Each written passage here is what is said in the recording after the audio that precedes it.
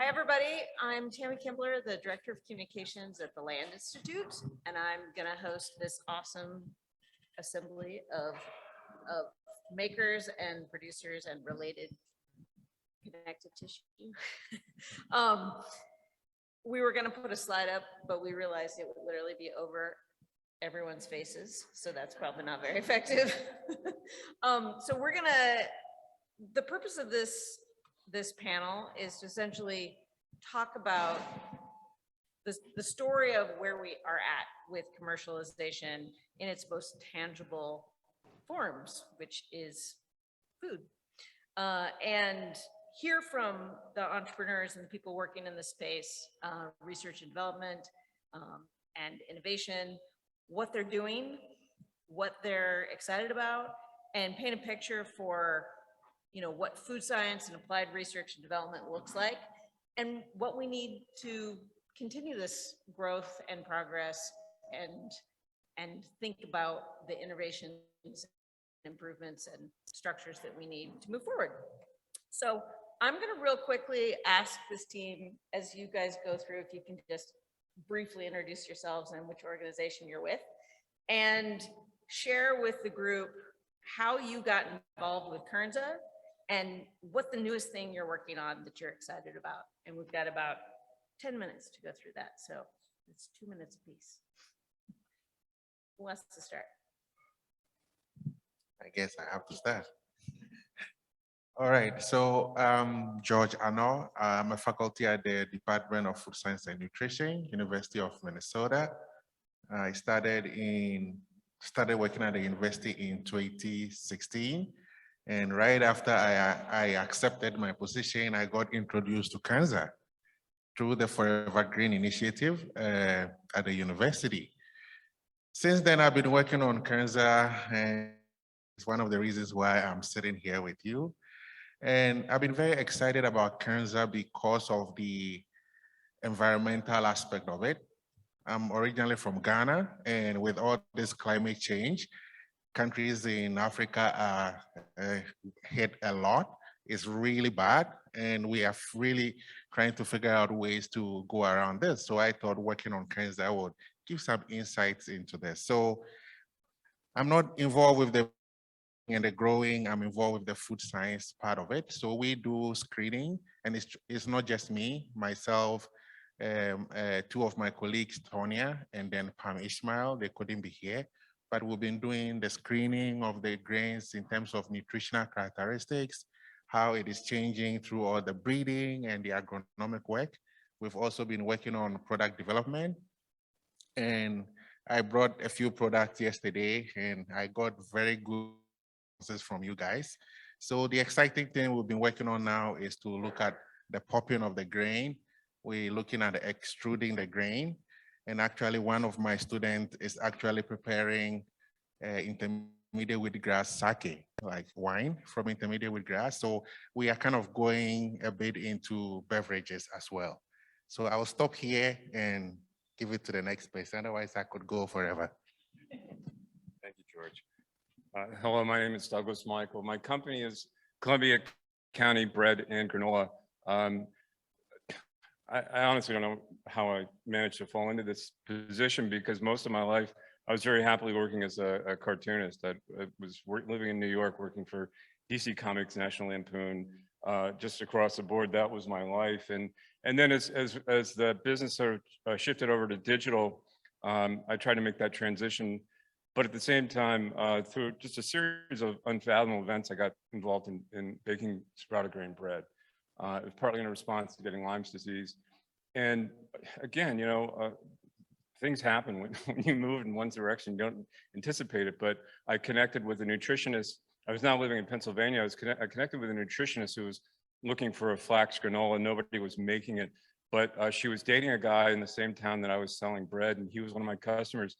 And so I gave him some of this flax granola because he was going to go see this girl, and it was what she was looking for. So she contacted me. She then developed a book, went on Dr. Oz, and I went from having a little cart with maybe 24, 30 loaves of bread to a business that they tell me is worth about $2 million. And And I have no background, I have no pedigree, anything like that, but I basically just remain true to what I believe in terms of my approach to food. And so when I read about Kernza, initially, it immediately appealed to me, immediately. And so I reached out to the Land Institute and just sent them an email. And eventually heard back saying, hey, thanks. We don't really know when we're going to be able to set it up, but we'll keep your name in a list somewhere. And I finally heard from them through, I think it was Plow, which was the initial distributor. And the first batch of Kernza we got, we sprout everything. So I put it in a bin to soak it with water. And boy, it was just full of detritus. I mean, like skimming off all this stuff. And but still, I liked it. I wanted to work with it. It has evolved. I mean, I'm telling you now, when we get Kernza, it's amazing. It's much cleaner, and we love it. We do sprout still. That's kind of our thing. I don't really like flour. I know that that some of the worst industrial catastrophes in this country have been flour mills exploding. In fact, I think there was one that devastating. So in flour, it gets in everything. I mean, as a baker, you got to clean it out of all the little cracks and crannies. It attracts rodents. We don't use it. We just work with sprouted grain. Anyway, that's my story briefly, and I thank you very much. I think my 2 minutes is up. Thank you. Oh, great. Hi, everyone. I'm Christopher Abbott from Perennial Pantry. We process and turn Kernza into food and help get it out into the world. I came to Kernza first in college. I designed an independent study on grains and looking at how they were domesticated and how they impact our world. And as part of that, was curious of early research at the Land Institute and learning about bigger visions and possibilities.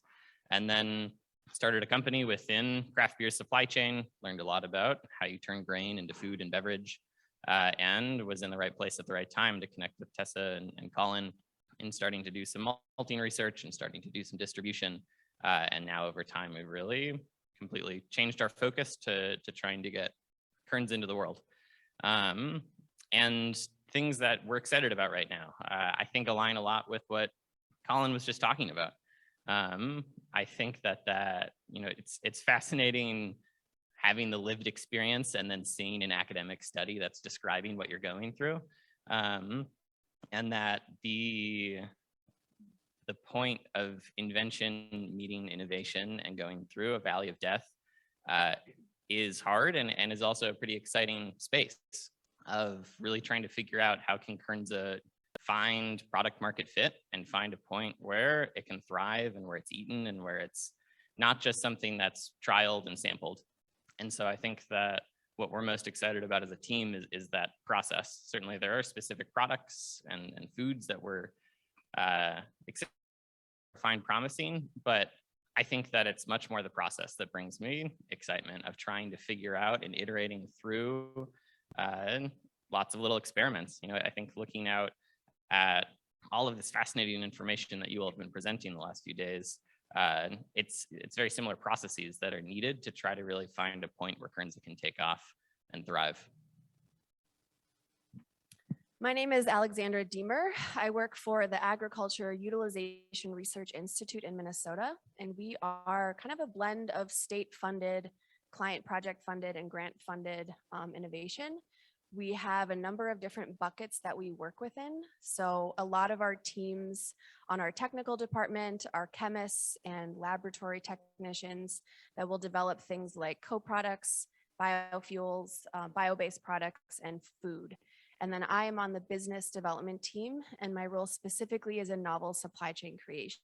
So Kernza fits really well into that. And some of the grants that I'm on are kind of with the Forever Green Initiative, some of the soil and water conservation districts in Minnesota. And yeah, we just really work toward what are the technical applications, what are the ways that we can foster long-term economic benefit for Minnesota through value-added agriculture. So we really start at the ingredient level all the way through kind of the life cycle from there till end use of a product. Our teams do a lot with enterprise development as far as together maybe like a technical bulletin for how Kernza would interact as a brewing component or as a biocomposite with the straw to make PLA materials or like mats in construction areas, like that we're also doing that with hemp to kind of see what products can be made from not just the grain for food, but the other byproducts or co-products that can be developed with Kernza, in addition to a number of other things. But that's kind of the high and dry, if I can distill what my organization does. And I think we really try to see ourselves as a bridge for a lot of the pain points in different supply chains, to limit waste and to enhance premium prices for folks both upstream and the environmental demands that a lot of consumers have. How can we fill that and really think about the whole life cycle of the products that we employ? Enterprise development. I'm Peter Miller. I'm with Sustainagrain. We're a Kansas-based company. We help everyone from first-time Kernza growers all the way through the supply chain to buyers, and kind of understanding how they can either better grow or better process or better use Kernza and Kernza products. And so we're doing a lot of things right now, simply to kind of get the ball rolling. And I think the thing that I'm most excited about that we're working on right now is we have a noodle product that we're getting a bunch of grocery stores across the country. We're pretty excited about. My start in Kernza is just grew up on a Kansas farm, and I worked on early stage food companies in Chicago, and I also worked on a grain trading platform. And so now I get to use both of those now that I've moved back to Kansas. Get to use both of those at Sustainagrain. Thanks, guys. So we're going to start with a question for George about what research and development still needs to be done to help accelerate commercialization and utilization efforts. All right, thank you. So as I said, we've been doing a lot of research on looking at how the grain is changing over time. That still needs to be done, especially with the that we want to expand to different places, different states in the US. We want to be able to track how the grain is changing while the different cycles are being done and how different locations are impacting. We had a presentation from Utah, that Utah is, the weather in Utah, obviously we know is very different. How would that grain that is grown in Utah compare to grain grown in Minnesota? This is important because it does affect what you want to use the grain for. Now, we want to be able to have grains that are shipped out to processes that are very uniform. So keeping an eye on that is very, very necessary. We also need to get into product development. We're doing that at the university, and I know Chris is doing that too, and other companies are doing that. We really need to be able to, we want to be able to diversify. We started with baking bread, and we figured out right away that the dough from Kernza is very sticky and very difficult to use for baking bread. So we kind of shifted a little bit into other products like extruding, popping the grain. These to me are very important because we can tap into the breakfast cereal market, big, big, big market, into the snack market, huge market. If we get into these markets, I think it is going to really create a big demand for Kernza. We've also have been looking at beer. Some people have tried beer and malting and all that, but as I said, my son and I are looking at making wine and also getting into distilling. Can we distill Kernza? How will it look like? What flavors would carry on into that product? Would it be unique? Can we create a product that we can easily identify as this is a product from Kernza? So we want to do that. Now, in addition to that, we want to be, my department has a pilot plant, and a pilot plant is pretty much in between small scale research and huge industrial. Our pilot plant would be able to facilitate or serve as an incubation center for companies that want to get into Kernza production but cannot afford to buy this expensive equipment. we essentially can make this product on contractual basis and supply it to these companies for them to package it or post-process it and get it on the market. I want to see Kernza product on the market, just as we see all these other products else. So that is my dream. And I just want to, for the group, we're going to have a big chunk of time at the end where you can ask all your awesome questions. So thanks, George. So the next question that we had, gonna have Alexandra answer for us, which is, if you could wave a magic wand, what would you like to see done, or what would your organization do to advance this work? Yeah, it's a great question. It's very broad, so I've been chewing on it for a couple of days. And I did speak with one of our product engineers yesterday to just vet some of what I was thinking against what he's thinking. And I think there's kind of two buckets or maybe two different wands I would wave. One would be on kind of the genetic breeding side, a lot of the stuff that we've already been discussing, and increasing the free threshing, increasing seed size, increasing yields. All of those are going to make a bigger case for not only adoption of the product, but scaling so that we can do more at a larger scale on the product side. If grain is larger, that's better, for example, folks that are brewing and malting, for people that are milling. The smaller seed sizes are harder to accommodate when you can't set your screens small enough to accommodate a really small seed. So I think some of those developments that we'll see over the next 17 years will continue to create buy-in and adoption for not just farmers, but enterprises that can actually work with those grains without having to significantly alter or buy new machinery to put it into their supply chain.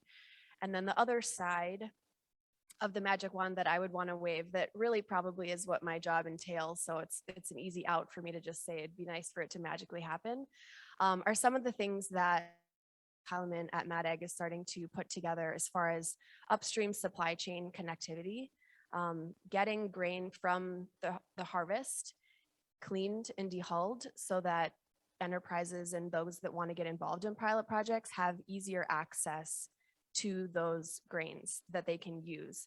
And they don't have to, like you guys are doing, like create your own kind of machinery to develop it. It just makes it easier for more companies to actually get involved testing Kernza in their product lines. So I guess that would be the A portion of that wand. And then coupled with online access, I've heard from a number of the businesses that we work with, one of whom, Gwen at Artisanon, we had her on during lunch yesterday. She supplies her business with a lot of Sustaina Grains product, who's in Kansas and she's in Minnesota, mainly because she can order in bulk and it's easy to do on their online site. So her expression and some of the other expressions I've heard from the businesses that we work with is for more, the decentralized Minnesota-based cooperative grain to become accessible maybe on an online platform or somewhere that it's just easier to order in bulk and more straightforward to get that clean dehulled grain. And some of that, as I said, is kind of already happening through the expansion of different people other than HFI who can do some of those early stage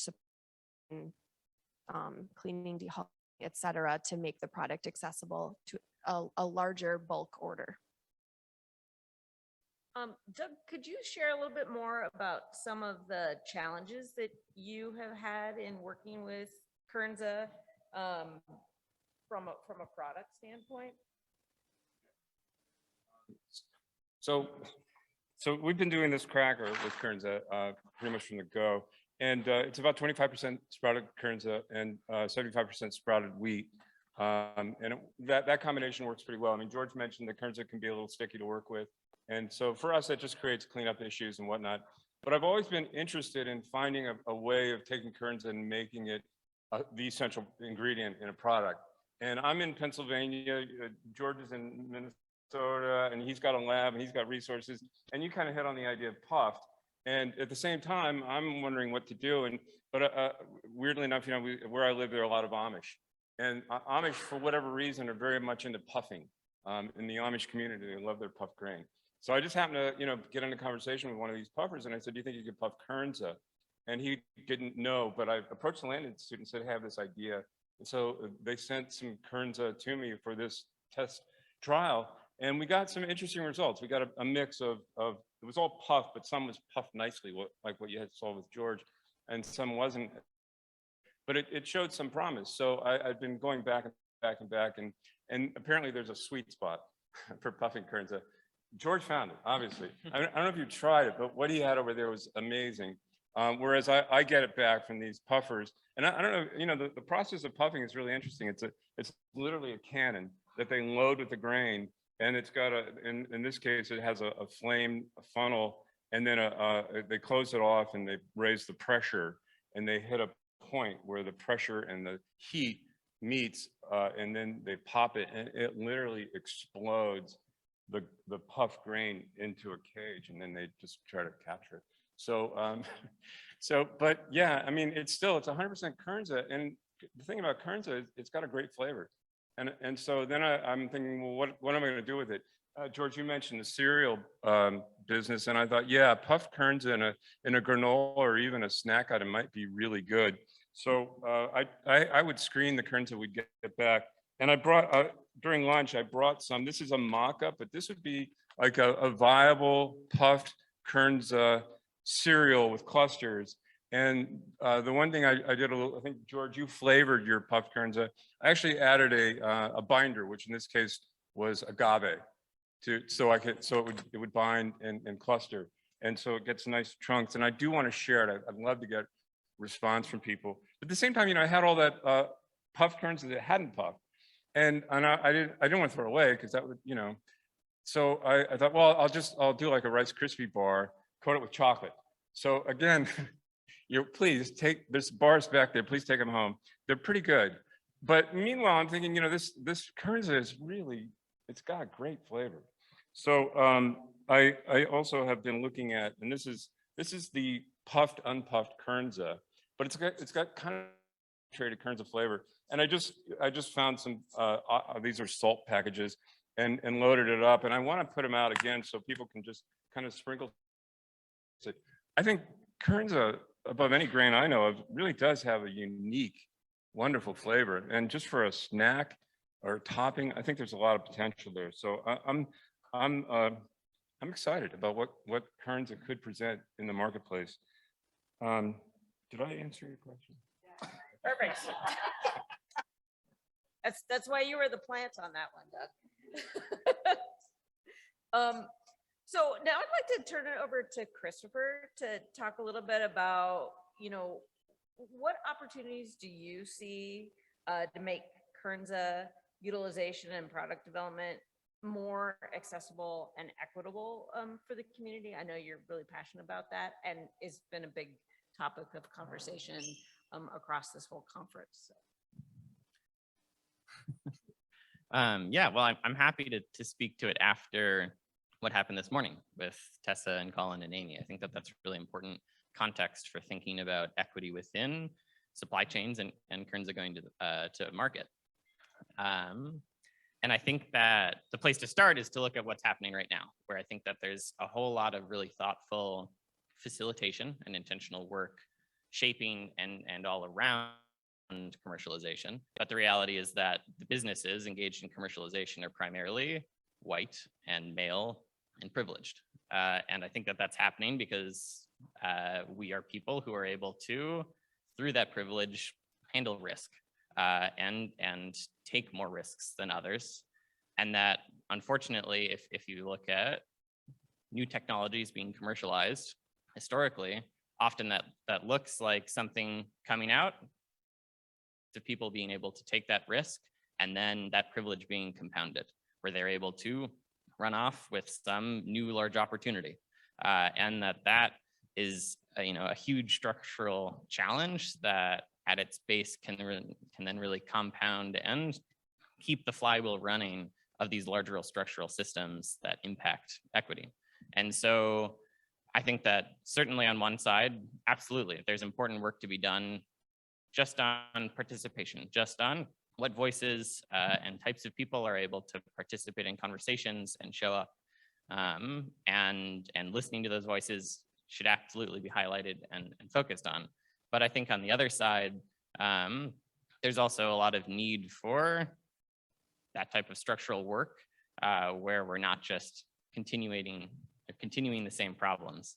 And so I'm really excited about all of this intentional facilitation that's been going on as we commercialize. And I think that a really tangible, important thing to do right now is for all of us to be participating in that commercialization work. And I think that one way of framing that is the helpful framing of eco coming from oikos, coming from home, and thinking about economies as our management of home. And that, that point that Colin was making before of innovation and invention, that shouldn't just be a handoff. That shouldn't be that you all did rigorous research and then our companies profit off of it. That doesn't make any sense to me. That's just going to perpetuate the systems that we exist in. And so I think that it's much more trying to reach across that and trying to think about it more as a collective management of home. And that as Kernza goes out into the market, all of us should be participating in deciding the values, the framework, the paths that it goes out into the world, and not just seeing it as a gift to existing entrenched power systems. And yeah, so I think that the KSA is a really interesting spot for those conversations to happen. I kind of wonder if stakeholders or licensing definitions should be expanded even further beyond just traditionally perceived as economic actors, and really encourage all of you to continue showing up, seeing the thoughts that everyone wrote down and that Amy shared earlier. That sure, a lot of you are specialists, but also you're all humans, you're generalists. You all have important wisdom to contribute. And so I think that a really important next step in pursuing equity is co-creation. And it's all of us being able to come together and not just hand this off to a small group of people to take it out and try to scale it, and instead engage both in the thoughtful facilitation that's happening, but also in the conversations themselves, and in thinking through and providing accountability to businesses and not just giving it to them. Thank you. That was great. This is great because we're gonna have like 15 minutes to have Q&A. So I'm pretty excited for that. But I'm gonna round the question portion of this out with a question for Peter about really what's next for you, for your enterprise, for you personally, with Kernza. Yeah. One area, because we kind of work with a broader section of the supply chain than some other makers. One area that we're particularly interested in is on-farm storage and some of the challenges around that. And so we're looking to do research into questions that come up around on-farm storage. We are also pretty excited to develop some pre-processing or maybe some kind of full line processing capabilities that's more regionally appropriate for us. We're really excited to see that there are new processors coming online, and we're hoping to add to that and add to some of those capabilities, because we're finding that freight is one of the biggest issues facing us right now in terms of the distances we have to cover in order to get clean grain. So addressing some of those things, I think, are really exciting for bringing overall costs down, as well as for developing more kind of regional strength in what we can do with. And then another area that I would just plug is there's a lot of potential with intensive grazing of Kernza, and particularly, in Kansas, where we have a lot of cow-calf operations, plugging into that, into some of these forage rotations, I think is going to be really exciting, and will introduce new consumers to Kernza and also new producers. So very excited about where that might lead. And I'll put a plug in for the field visits today you'll see some intensively grazed Kernza. Well, great. Thank you guys for kind of broadening the scope of what has been covered here. I think a lot of people have been really intensely interested in, you know, that intersection between the commercial enterprises and consumers and the handoff from the supply chain, you know, into the innovation space at the, I call it the close to me end of the supply chain. So I'm gonna open this up for questions. I have a couple online that I'm gonna take real quick, and then we'll get to the bigger group. John online asked, are there breakthroughs with large companies who are using large amounts of Kernza? And maybe I should answer that question, but I'll open it to this group first. My former role, I was in marketing communications for General Mills and brought the first limited edition Kernza cereal to market. You might know it as the black box Kernza. And then that laid the groundwork for the eventual adoption of the available Kernza cereal from Cascadian Farm that's at Whole Foods and going broader in the market soon. But I will ask this team if I don't know if anyone, or even anyone in this group, Tessa, knows of bigger.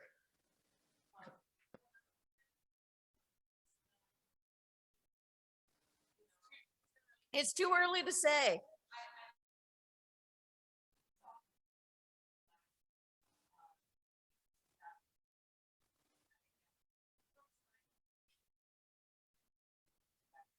Yeah.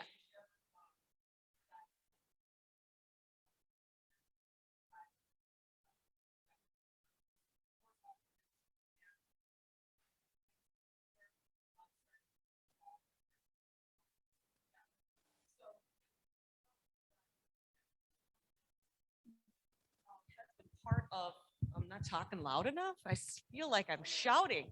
Yeah. Oh, sorry. Sorry, online folks. So everyone up on that stage in some way or another has been getting supply into the hands of innovators across the country. And R&D often takes somewhere, if you're lucky, 18 months. They bring it in, especially with Kernza, because there's so many things about it. If it was a new wheat, they'd know exactly what to do with it. So since the last time we met in Madison, there's been samples going out to companies continuously, and they've been coming back to so many of us and saying, I tried it in this, or this didn't work, or I'm really thinking about this. And that R&D process takes a long time. And so I'm optimistic that we'll continue to see more product launches over the next year for sure, because that R&D is now maturing and they're ready. And it's not just we got a product. Companies go through a whole bunch of, audience, determining who they should sell this to, how they sell it, what tools they need to sell it. So it's not just, hey, I got some pancakes. There's a whole thing behind even launching it. So that kind of paints the picture of why there's much time that happens.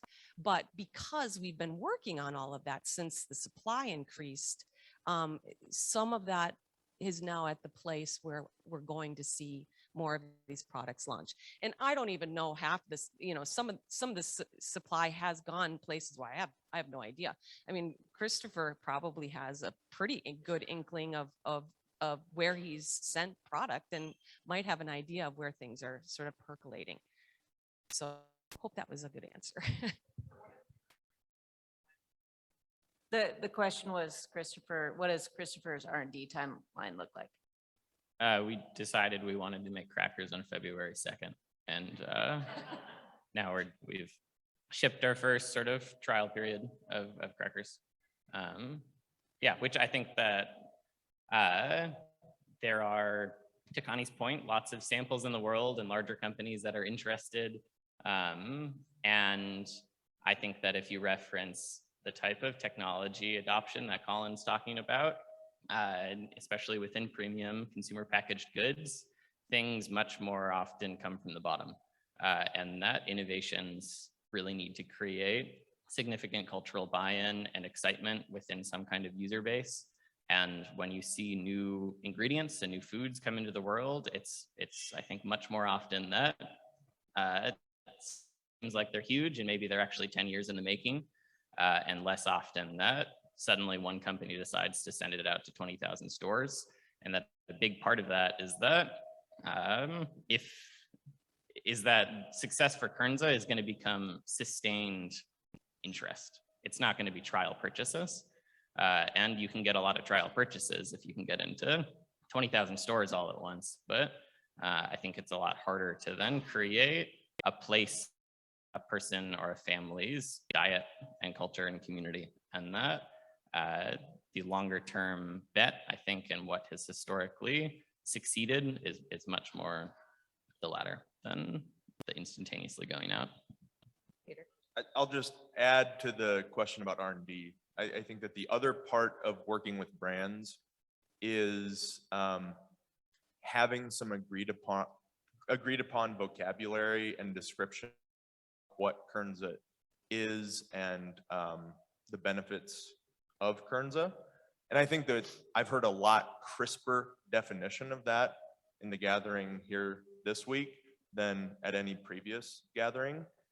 Thinking about how research can be translated in ways that still works on packaging is an ongoing challenge. And I think that we're starting to do that a little bit better. And I want to encourage us to move more in that direction. Because it only works if we're all telling kind of the same story about Kernza. Obviously with appropriate differentiation, but That is not for you. but yeah, so yeah, I'll just stop there.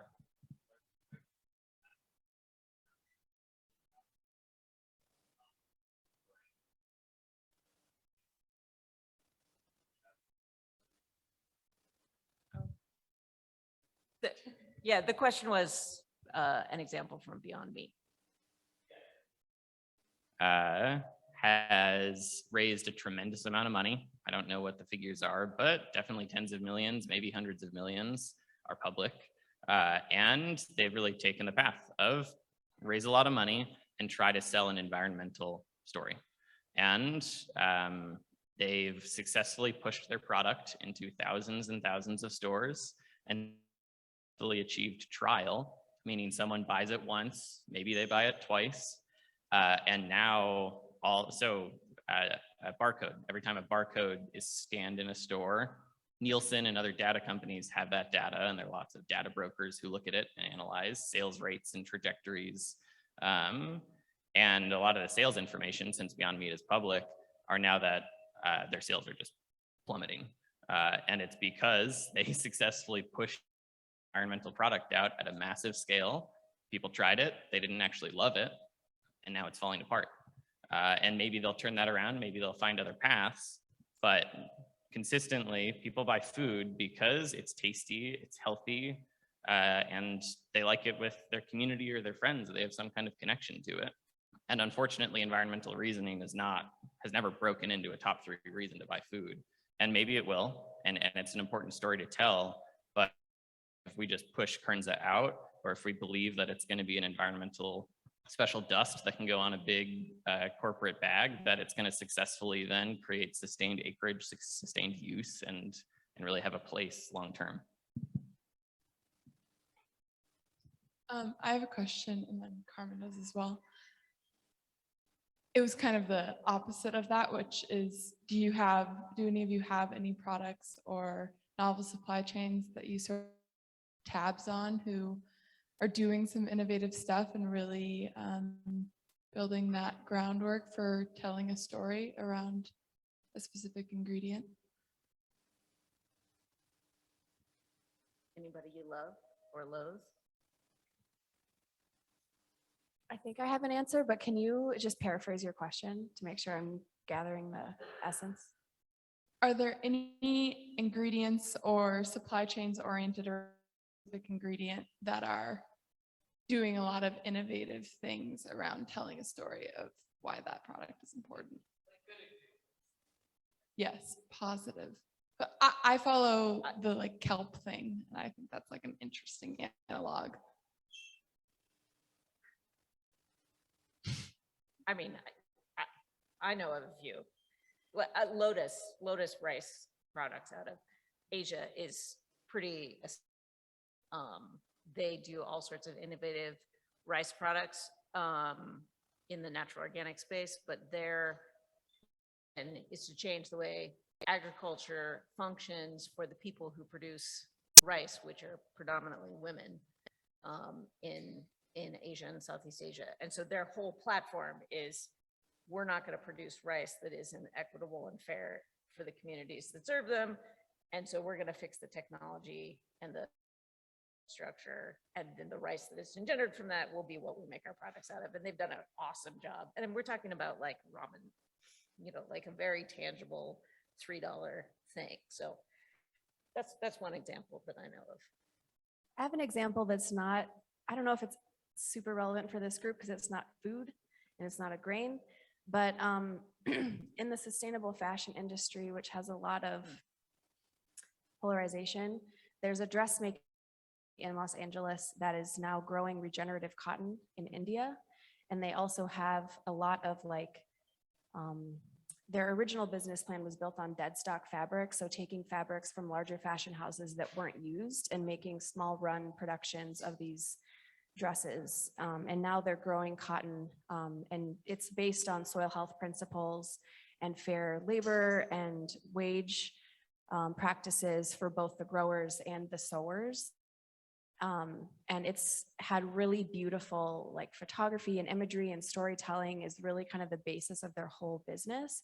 I would say they're more selling an idea than they are selling, like they do sell dresses obviously, but their name is Christy Dawn, and I have been really interested in their trajectory and finding a new space that's actually taken off and expanded into these other arenas. And they also now sell plots of land. Can participate in their stewardship project where you put in $200 toward a plot of land to grow cotton in India. And then they use like, you know, biological dyes and things to print that in these cultural way. I don't know. It's like, there's a whole story behind it and they really tell it well. So it's not food, but I think they would be one to just check out and see how they do their storytelling, because that is kind of the core of their messaging. Go ahead, Jack. I just want to add to what Christopher said, that when it comes to food, we have to make good food that people would want to eat. Yes, we know of the environmental benefit, we know of the thing about gender and equality and all that, but I think those are niche markets that you still want to reach out to. But we have to continue this research we're doing, come up with product that people would want to eat. And if there are people who care about them, they will continue to eat it. So for me, that research and development that we're doing to get a product that is really appealing to consumers, for me, is priority. If you look at the history of Coca-Cola and Pepsi, they did something similar. They changed the recipes, and what happened? Coca-Cola is a very classic example. They changed the recipe, people stopped drinking Coca-Cola. Yes, it had a name, it had all this thing. Pepsi did the same thing. They got Michael Jackson on, people started buying, but after a while, it goes down. It is only when Coca-Cola brought the classic Coca-Cola people like that their sales came back. So for me, research and development, I think we have to invest more in proper product development. We in food science, we do the research, we do the nutritional composition, but I think we have to start thinking about getting a group of people who will do the full-scale product development. You have to do sensory testing, you have to do consumer surveys. We are not doing that, as far as I know. So we have to, I think, start looking into that. So when you get a product out, you know it is going to succeed, and the additions of the environment and all these things will be a plus. That's what I think. Thank you. I appreciate this opportunity. As a farmer, I've been listening to all of the commercialization of Kernza how we're going to get new products on the market over the last day and a half, all of the research that's been going on with the development of Kernza. But my question to all of you on the panel is, what do you see as the primary responsibility of the grower of this grain? And what I'm really getting at is, what is the farmer's role in the commercialization process? That is, how does the farmer go about maintaining the value of this Kernza, including land access for new growers? And I'd like to hear what any of you have to say about that. Well, I would start from the food product development point of view. So we, in addition to making a product, we want to make products that are consistent. So the raw materials that are coming from farmers has to be consistent. So that is what I think farmers can play a very active role in, to ensure that the grains that they are producing meet certain criteria that probably has to be developed. We have for wheat, we have for the other crops. I don't have it yet for Kernza. So we have to develop that. And that is what ensures that consumers are always getting the same product all the time. That's how I see it from the food processing standpoint. I just think it's a shared responsibility. When we buy grain, I like to go directly to the farmer and purchase grain. I want to make sure they get the price they want, that they're not having to wholesale it out to other brokers or what have you. Important, you know, you want to establish a relationship with the grower.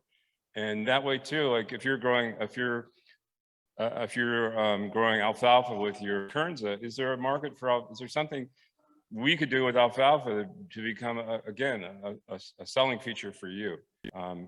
So I just think that it's a relationship that should be established between the producer and the grower, and it's supportive of one another. Oh.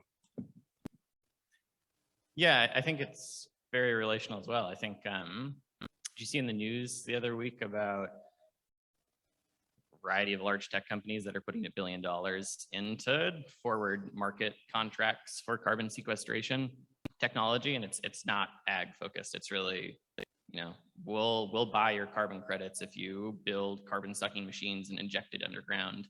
And I think what that says to me as an entrepreneur is that Kernza's value proposition long-term, I don't think can be environmental. I don't think that Kernza will thrive if we then are competing with very different technologies that are going about the climate crisis in a very different way. And so I think that Kernza, to be really successful at scale, it has to be better in a lot of ways. It has to taste better, but also I think it has to feel just like a better way of getting food into your life. And I think that that's going to come down to relationships and community. And so I think that a grower's responsibility is not, you know, it's product, it's certainly consistent product. But I think more it's imagining a relational role within a broader system and being able to successfully tell that story and bring people in. And that proposition, I think, has more opportunity long-term than focusing just on a specific ecosystem service that I think will be challenging to both scientifically prove in every single bag, but also as more and more competition comes in different ways that are realistic than Kernza can offer.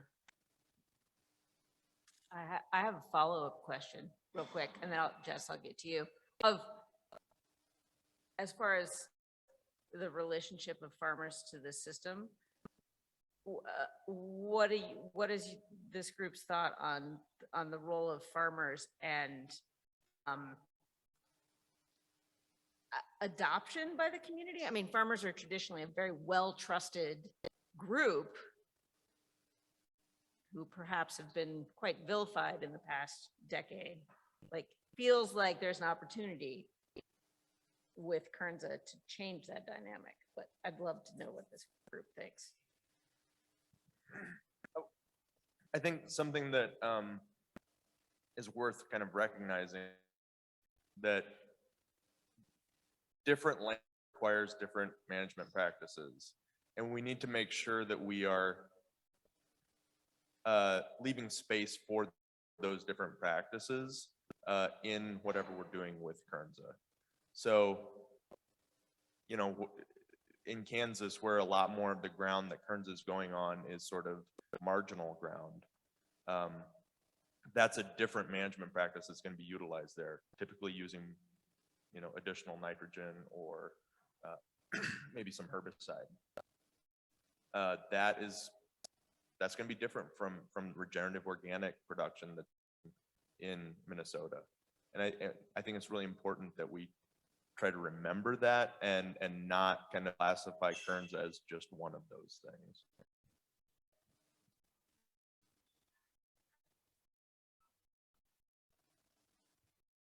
The mic, I'll say we're out of time. So maybe our last question. Last one. Okay. So yeah, I'm just really interested in this conversation about, you know, how we market like ecological, like ecosystem services, and if those will ever be the #1 reason that people buy these foods, and how we need to, like everything you've been saying about still needs to be good food, and maybe we need to take it a step further. It needs to be good food that people can actually afford to buy, right? And so I'm curious, there's a product in development by Minnesota 350. So 350 is one of the premier community organizing entities around climate change, and they're making this like regenerative ag buyer's guide. And I'm wondering if you think that something like that is ever going to be more than niche, or what, like, how could you make something like that that actually is something that people use, or that actually be employed by people, if that makes sense? Would anyone ever pick up a buyer's guide that's just about the ecosystem benefits of, or climate friendliness of a given product or food? Or is there something you could do to evolve that type of a product that people would actually use it? Yeah, so I guess we are all not saying these things won't work or they don't work. They would work. Like if you promote a food based on the environment or ecosystem services, they would work. What we are concerned, or what Chris brought up, is whether consumers will keep on buying that product after one order. Yeah, so because if I want to buy food, I want food that, one, is good for my health, two, it tastes good. Yes, I will think about the environment, but if I eat it and it doesn't taste good, I don't think I may buy it again. And with the thing with the company you just brought up, they pushed this product, plant-based product up, and then people started realizing that, oh, these plant-based products, they contain too much salt, they contain too much additives, they contain too much of this. And we also have to realize that there are always competitors who would come after your product. We don't want Kernza to be pushed up there and the wheat industry or soybean industry or the corn industry are coming after us because we didn't say something right. So I think we are doing very well with progress.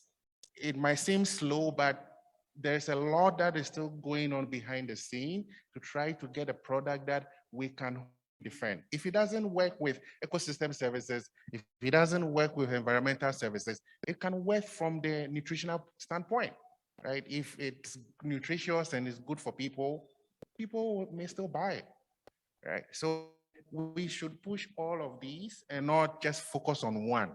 But when I'm hungry, I think about whether that food is good for me or it is good.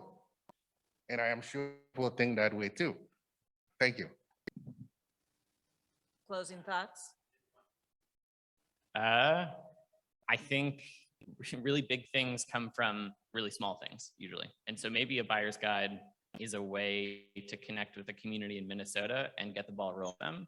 But our goal is to try to grow is that each time someone buys one of our products, 1, 2, 3 of their friends buy it.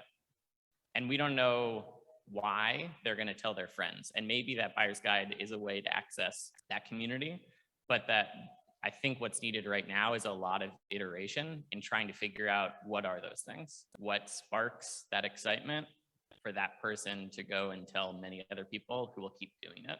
And I think that that's really the well-studied path to significant growth.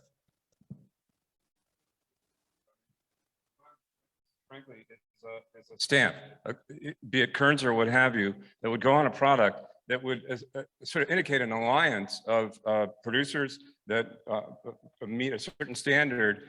And that stamp tells the consumer that's a Kearns product. And then when consumers buy food, you know, they're making choices. They're looking for paleo, looking for keto, they're looking for gluten-free. I think Kearns could be an icon in those online sites where you're buying food, and that's a choice. And it could probably fall into a couple of those categories. Creating that awareness is really important. And I think an alliance of the producers would be terrific to advocate for it and get some kind of a stamp on the products. And then that would be a yearly membership with dues going back. No, Time's can't be- up. No. Time's up. Yeah, thank you. I'm fine with that. Alexandra, did you want to say one last thing? I was gonna say a lot of it would be now agreeing with what's already been said, but on the case for figuring out what consumers are interested in, that's another piece of what we do. Excuse my allergies, as well as amplifying some of the profiles for the innovators that we've worked with. We're starting to do more outreach activities aside from just field days, but just like, you know, putting the messages out there from our producer partners on what they've seen from their consumer demands, as well as what our sensory analyses have shown for like some of the brewing or milling or upcycled grains co-pilot projects that we. Well, thank you, everyone. I just want this panel for coming up here. I feel like we could talk for another hour or two. So thoughts for next year. But thank you all for everything you're doing for Kernza and bringing your thoughts to this group.